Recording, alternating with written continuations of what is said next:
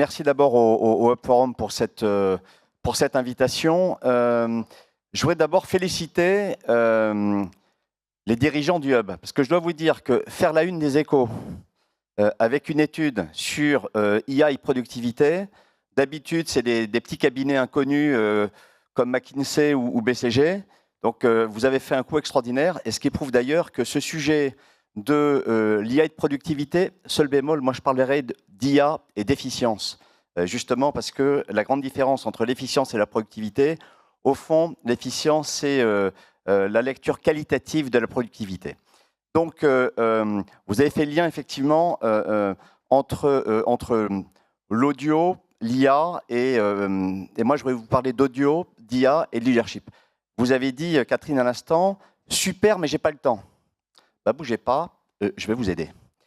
L'idée, c'est quoi? C'est que chez Magellan X, ce que l'on croit, c'est que une terre rare, une terre de plus en plus rare, professionnellement et personnellement, c'est le temps, le manque de temps.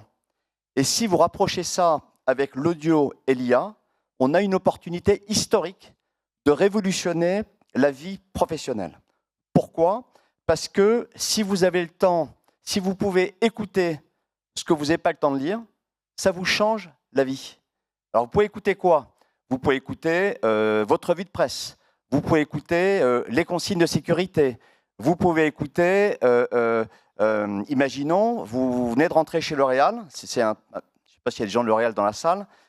Bon, mais voilà, il y a une idée que je voudrais vendre, grâce à vous, madame, à Jean-Claude Legrand, qui est qu'on sait que chez L'Oréal, il y a un livre mythique. C'est L'Aventure L'Oréal, le livre de François Dalle. Bon, ben, moi, je trouve que si on pouvait écouter le livre de François Dalle, que pas grand monde sinon n'aura lu, alors qu'il est absolument passionnant pour l'avoir lu la semaine dernière. Donc, l'idée, c'est ça. C'est de dire qu'on est convaincu que si vous pouvez écouter ce que vous n'avez pas le temps de lire, ça change votre vie. Donc, concrètement, comment ça marche? Donc, chez Magellan X, on est une start-up spécialisée dans l'audio et l'IA. Notre solution, c'est Magellan X. Et l'idée, c'est une application qui permet en fait aux collaborateurs de faire trois choses. D'une part, d'accéder au contenu dit en très bon français top-down de l'entreprise. Le dernier communiqué de presse, les avantages accordés par mon entreprise, les consignes de sécurité, les dernières formations. Bref, tout l'ensemble de ces contenus qui sont évidemment extrêmement importants. Deuxième chose, le côté do it yourself.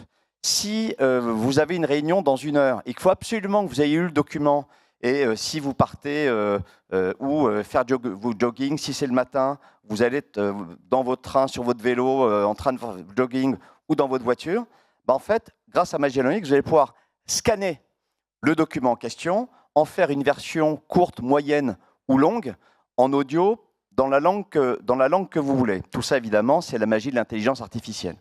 Et puis, troisième élément, c'est super d'avoir des contenus top-down, c'est super de pouvoir générer ses propres contenus, mais moi, je ne crois pas, et pardon de le dire de façon un peu provocatrice, à Radio Patron. Il faut aussi apporter du sens aux collaborateurs. Et donc, dans Magellan X, le troisième volet, c'est un catalogue de contenus. Il y a 6000 contenus qui permettent à la fois de pouvoir écouter des soft skills, mieux gérer son temps, mieux gérer son stress, etc. Deuxièmement, de pouvoir avoir des sources d'inspiration. Donc, on fait régulièrement des masterclass avec des personnes inspirantes. Ça peut être Maurice Lévy dans la pub, ça peut être Nicolas Taverneau dans les médias, ou le réalisateur de The Artist, ou la patronne d'Endemol. Donc, dans un spectre volontairement large. Et puis, last but not least, c'est important aussi de se distraire. Et on le voit d'ailleurs dans les usages, le fait de pouvoir écouter des contenus qui détendent. Le soir, quand vous rentrez du bureau, pendant le week-end, on le voit dans les usages. Donc, pour vous donner quelques chiffres, c'est une application qui a été lancée récemment. Notre stratégie, c'est de se dire, on va essayer de démontrer l'usage de l'IA audio, d'abord par la face nord de l'Everest, c'est-à-dire les médias. Les médias, tous les jours, ils ont des centaines de contenus, ils ont beaucoup d'audience et ils sont super exigeants. Et donc, en fait, on a la chance d'être le leader français de l'audio intelligent. Donc, aujourd'hui, si vous voulez écouter l'équipe, Le Figaro, La Tribune, qui ont été les premiers, ou chez moi à Toulouse, La Dépêche du Midi, vous pouvez, en fait, grâce au text-to-speech, ça transforme automatiquement, par le biais d'une API, des contenus. Qu'est-ce qui se passe en termes d'usage? En un an, on est passé d'environ 400 000 utilisateurs mensuels en agrégeant les contenus de nos clients à plus de 2,4 millions. Donc ça veut dire que là déjà, il se passe quelque chose. Deuxième élément, le taux de complétion, le fait que les gens écoutent totalement les contenus. Au départ, on était à 20%, là on est à 60%, je pense qu'on sera à 80% dans 6 mois. Donc les gens écoutent. Pourquoi? Parce que l'audio devient effectivement une pratique, et le podcast, c'est la partie visible d'un iceberg. La partie invisible, c'est la capacité, grâce à l'IA, de transformer industriellement des contenus texte en audio, avec une qualité de plus en plus dingue. Et vous qui êtes dans des boîtes, j'imagine, multinationales, vous avez la possibilité de transformer le même contenu en un nombre illimité de langues et d'accents. Donc vous allez avoir votre contenu en anglais indien, anglais américain, anglais et anglais toulousain, si vous écoutez ma voix clonée, ce qu'on a fait. Donc voilà, donc un, on est parti par les médias. Deux, maintenant, on attaque les entreprises. Et là, j'ai je ne peux pas donner le nom d'entreprise, mais on a un test intéressant. Sur 200 collaborateurs, au bout de 2 mois, qu'est-ce qu'on a vu? 15 minutes d'écoute moyenne quotidienne. Deuxièmement, écoute 2 tiers en mobilité, 65% qui vont tous les jours écouter l'application. Et le plus important, 59% des personnes interrogées qui disaient qu'au bout de 2 mois, ça avait commencé à améliorer la communication interne. Donc je trouve que c'est intéressant. Et le dernier point, on voit que dans les usages, on écoute grosso modo 1 tiers de contenu d'entreprise, les fameux contenus top-down.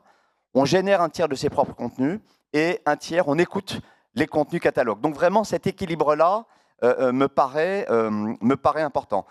Et donc la façon dont nous, on voit les choses sur le futur, c'est l'audio à la fois au service du leadership, du management, parce que c'est ça l'enjeu, c'est de donner des outils, mais donner aussi des clés aux collaborateurs pour qu'ils soient à la fois de plus en plus efficients, mais de plus en plus heureux dans l'entreprise, dans un contexte de guerre des talents. Et si on se place du point de vue du collaborateur, imaginons que je sois commercial dans une grande entreprise, je passe en moyenne 2h30 par jour dans ma voiture. Si j'ai le temps d'écouter pendant ma journée des choses que sinon il faut que je fasse le matin tôt, le soir ou le week-end, évidemment, ça va changer ma vie et ça va changer aussi le rapport avec mon entreprise. Donc il me semble que dans cette audio IA, il y a une dimension extraordinairement vertueuse, à la fois pour l'entreprise, en termes de leadership, de capacité à faire passer, faire partager les messages, faire aussi preuve d'innovation, c'est évidemment fondamental. Et puis, par rapport aux collaborateurs, c'est en fait les outiller pour avoir encore plus de sens, se sentir plus fort et aussi, à mon avis, avoir une fierté par rapport à l'entreprise. Voilà en quelques mots ce que je voulais dire, ce que je pense qu'il doit me rester 30 secondes. Voilà, merci.